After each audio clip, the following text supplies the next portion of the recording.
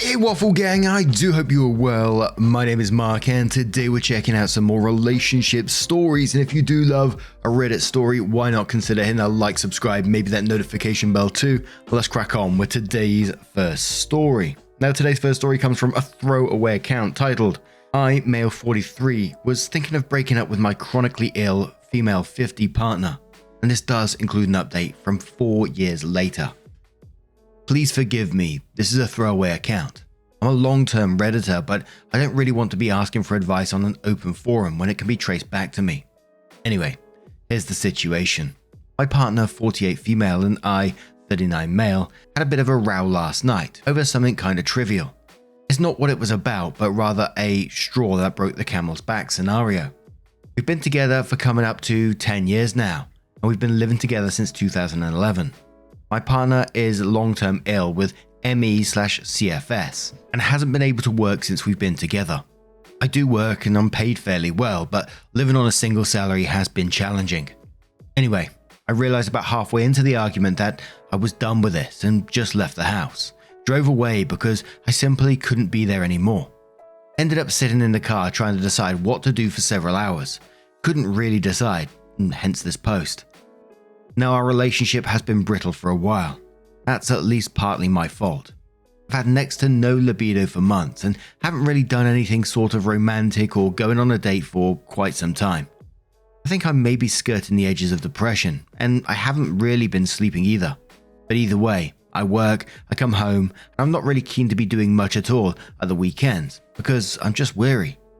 I do have things I end up needing to do because of the consequence of a chronic illness that I'm pulling double duty as a part-time carer. In fairness, I do not need to do much on that front, but it's a few hours a week on top of my day job. It has been worse in the past when the ME really flared up. And because I earn more than a pittance, my partner's basically not eligible for any state assistance that's means tested. The threshold is pretty low, and we live in a fairly high cost of living area. But I've been feeling fed up, I think, is the best way I can describe it. I keep having reoccurring moments of doubt where I'm feeling like I'm being exploited and taken for a fool. I mean, I've paid all the household costs and rent for pretty much 8 years. And that's not really a small amount of money. If I'm lucky, I put 5% of my take home for my spending money. And I've only done that in the last year or so because I realized I was being unreasonably tight with everyone else I knew, because I thought of myself as broke. If you ask me if I care for my partner, then the answer is yes. I do care for her.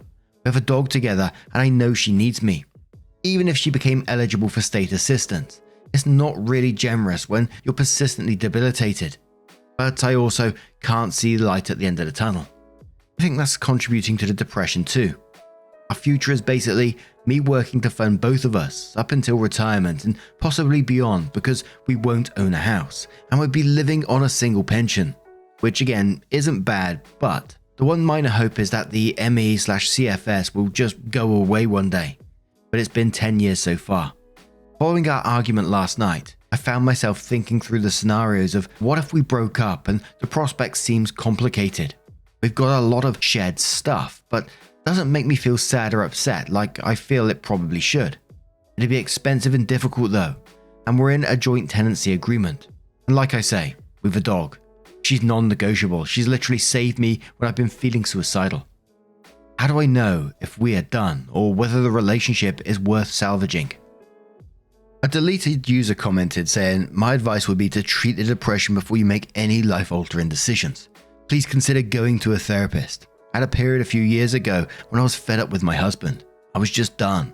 It took work to get back to a good place. Now we have an excellent marriage. I'm not promising you that will happen to you.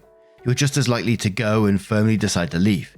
I'm just saying, give yourself all the tools you need to make the right decision. This can never be undone.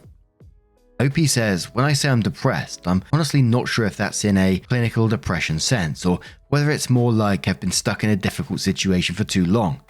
The last 10 years have been hard for various reasons, but I shall take that on board. Thank you. Big Nuki says, I was engaged to a woman who had a chronic illness that severely affected our relationship and eventually ended it. I didn't go to therapy until after we ended it, and I found out that I was severely depressed and had been for over a year. You might not be able to realize how bad your mental state is being affected from this. I'd recommend therapy before ending it. Might save you personally, might save the relationship. I was younger than you, but I know how you feel. Hang in there.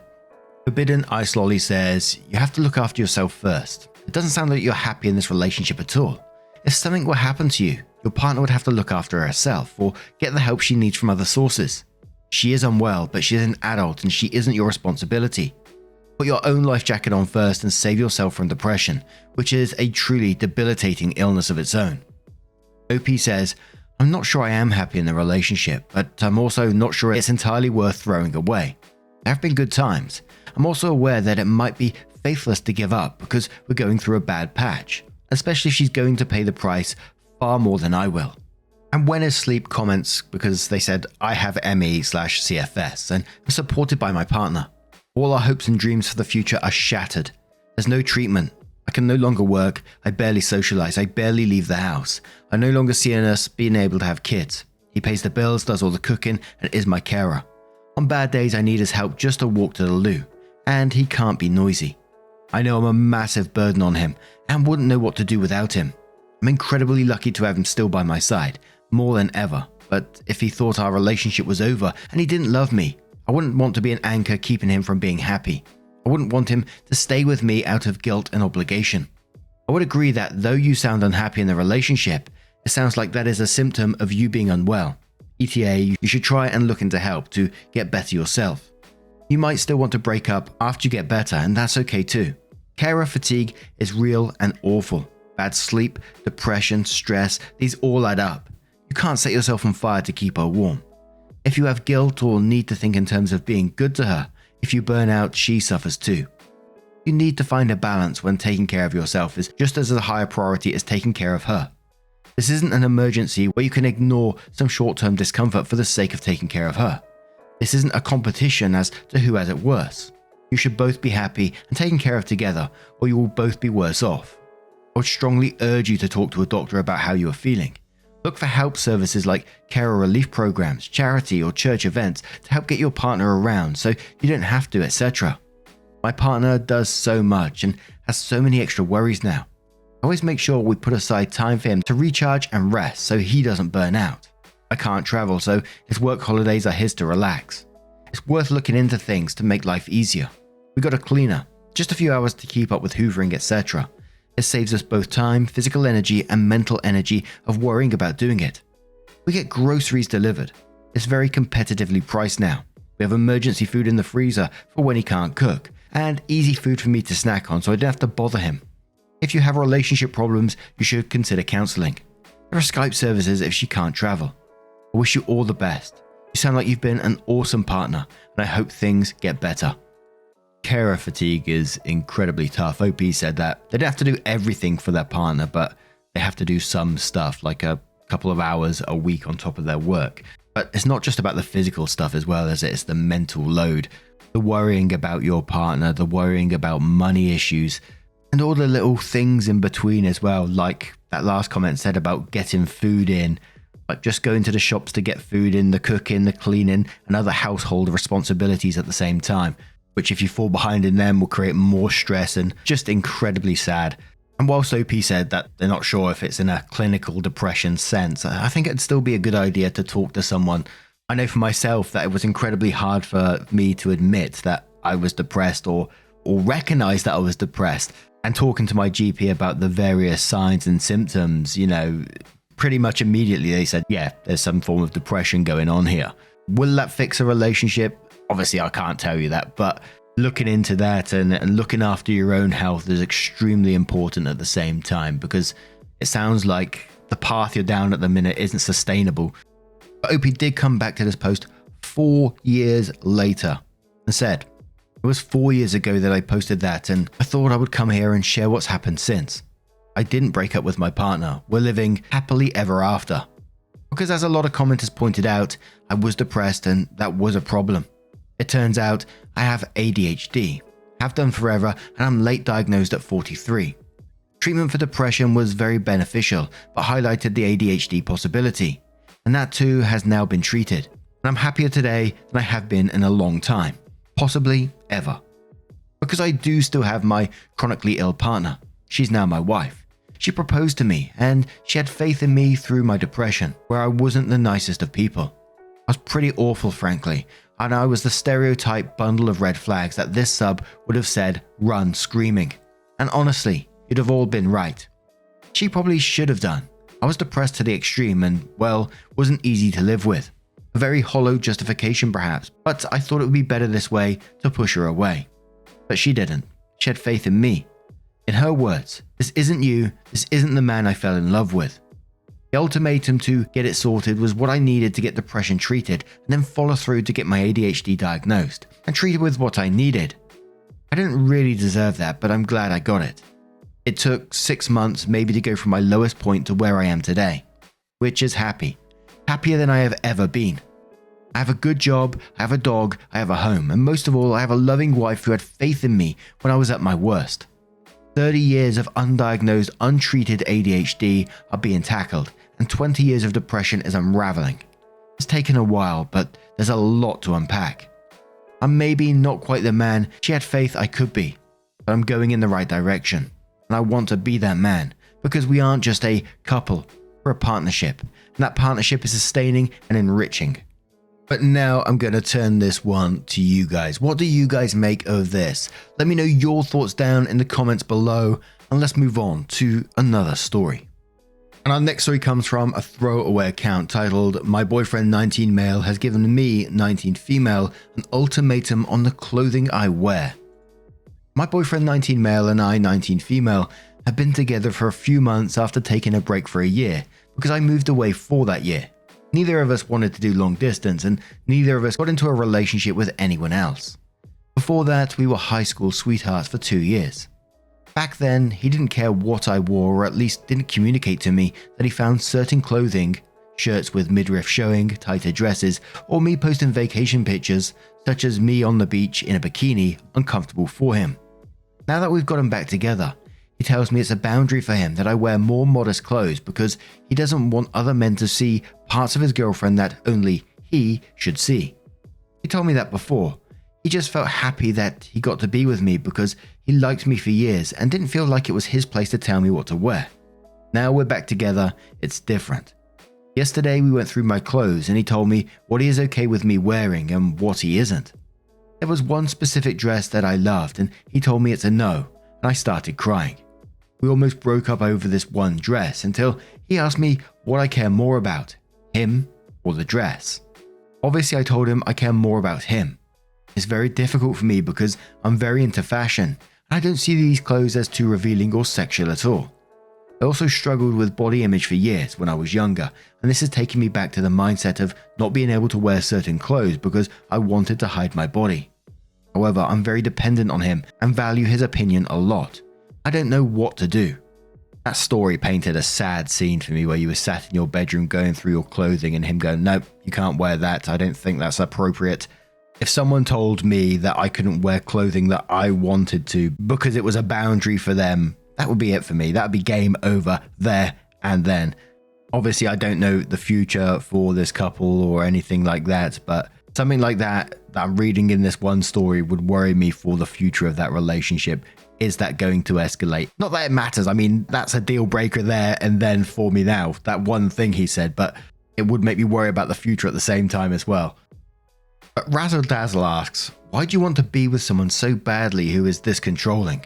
Opie says, he got sad when I told him my friend said he was controlling. He tells me I can do what I want, but he won't be with me. We're both crying because we didn't want to break up over something as small as clothes. But right now, we're not talking while he waits for me to choose the dress or him. It's not about something as small as clothes. It's your bodily autonomy that he's trying to take away here. And his crying in this, it just feels like manipulation. But Whiskey Girl says, take some advice from someone who has been married 25 wonderful years and grew up in a household with people like your boyfriend. Leave. Choose the dress. My husband has never told me what I can and cannot wear if he did not like it. He said nothing. Your boyfriend is being controlling. It starts small, like telling you what you can or cannot wear, and it gets bigger and worse. He's trying to manipulate you into doing what he wants. Choose the dress, you lose me. If you want to stay with me, then you have to dress how I want you to. You are still young and have a whole life ahead of you. You'll find someone who loves you for who you are and how you dress. He is not the one. Please choose the dress. OP says, thank you. I really appreciate your advice as someone who's been in a long and loving relationship, which is what I aspire to have. This is my first relationship, so it's hard for me to compare if what he says and does is right or wrong. He was there for me when my sister was in a horrible accident and through the pandemic. And we text and call constantly throughout the day, so it's hard for me to imagine life without him. Maybe it's good to just rip the band-aid off. I haven't been feeling like myself for the past few months either. Much astronomer says I'm so tired of controlling behavior being labeled as a boundary. He prefers modest clothing. He's allowed to hold that preference. What he's not allowed to do is tell you what you can and cannot wear. You are not the one choosing a dress over your relationship. He is. This is a form of self-expression that is important to you. He got back into a relationship with you, knowing that this is how you choose to present yourself, and now he's trying to change you with an ultimatum. This is not healthy. It can be very difficult to see red flags in your first serious relationship because you don't have other experiences to compare it to. I'm here to say that you don't need to change, and that this is not okay. Blonde by the Bay says you aren't choosing the dress over him, you're choosing freedom and your bodily autonomy. I was 24 when I got with a guy who hated when I wore unnatural makeup, even though I had just discovered my absolute love for red lipstick. I stopped wearing it for over 3 years. The first time I put it back on after the breakup, I felt so much lighter, happier, and like me again. My partner now encourages me to wear whatever makes me happy now, and compliments me whatever I wear. Revealing sexy clothes, heavy makeup, anything that makes me happy. You are 19. You're too young to be held back by someone like him. The right guy will not only let you, but encourage you to dress however you like. And one more comment from Gabby is Baking, who says, this is not a boundary. This is about control. Boundaries are implemented to moderate our own behavior. In this instance, a boundary for him would be, I don't want to be in this relationship with someone who dresses immodestly. While I think that's silly, it's his prerogative. He's perfectly entitled to set that boundary for himself. What he's doing is setting rules for your behavior, and it's a first step in his plan to control you. It's not okay and you deserve better. Ditch the boyfriend and wear what you want. OP then updates the post and says, first of all, wanted to say thank you for all the support and advice on my last post. I read every single comment and wanted to reply, but the reply option wasn't available. I'm new to Reddit and I'm not sure why the post was capped and doesn't allow any more comments. After feeling encouraged by your comments, I had the confidence to tell him that I choose being able to wear what I want. I reiterated how important fashion is to me and how his demands were bringing me back to a dark time of negative body image. We came to an agreement that there are fundamental differences in our values and what we want out of a relationship. Because I want to be encouraged and uplifted, while he wants a girl whose body is only his to look at. By the way, I wanted to say that this dress was not scandalous. It's tight in some parts, but it doesn't show a lot of skin. He told me that we were done. He then blocked me on everything because if he saw me, he would never be able to get over me. I cried for a couple of hours and then got myself collected. I made an appointment with a therapist and got a membership at a different gym than him. But then 5 hours later, he unblocked me and sent a long paragraph about how he shouldn't have been so hasty and was willing to change to make things work. Yesterday, he texted me some more, asking to talk in person. I agreed to meet up for dinner in a public place. I wore the dress. He bought me a bouquet of white roses and my favorite chocolate. He told me I looked beautiful and that the 5 hours without me hurt so much, and at this point, he doesn't care if I'm walking around naked as long as he's the one I'm with. Can this man's fundamental values really change overnight? Also, I felt almost giddy and excited once I was done crying. Now I feel bad for him. And the comments on this one, so Zesty Close says, treat you like shit, then bring you flowers. Wash, rinse, repeat. That's how the cycle begins. I Am Hurting Cat says, this is called love bombing. It's another part of the cycle of abuse. He's just trying to worm his way back into your good graces. As someone old enough, literally, to be your grandmother, and a veteran of a couple of abusive relationships, please believe me when I say, girl, run. Do not walk, get away from this man, and don't look back. Monet says, please don't feel bad for him. He doesn't give a shit about your feelings and he's trying to play on your sympathy. I'm sure he actually is unhappy to lose you because you sound awesome and you're his property. But this is all straight up manipulation. No way this man is going to change.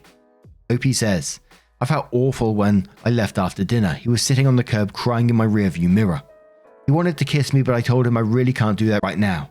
Yesterday he told me it was over. Part of it is, I feel really bad for him to lose me because he doesn't have a lot of good people in his life. His mother is horrible to him, and he's failing classes, etc. I was the one always there for him. I drove him to school. I encouraged him to reach out to his professors to see if he can save his grades. I want him to be okay because he's been such a huge part of my life, and he's telling me he's not going to be okay without me. And one final comment from NASA official Seriously, who says, "Girl, no. He is love bombing you, and it's seemingly working because you're feeling giddy and willing to immediately forget everything he did before. No, this will only last as long as it takes for him to reel you back in. Then the control and manipulation will start up again." OP responds one more time and says, "Sorry, I didn't phrase the last part very well. I meant I felt giddy and excited after I stopped crying over him blocking me. And I saw his name on my phone again, 5 hours later because he had unblocked me and sent a paragraph. Ever since he reached out again, I felt a tense feeling in my stomach and anxiety because I don't know what to believe. When I saw him for dinner and he gave me the bouquet of roses, I felt super guilty and confused."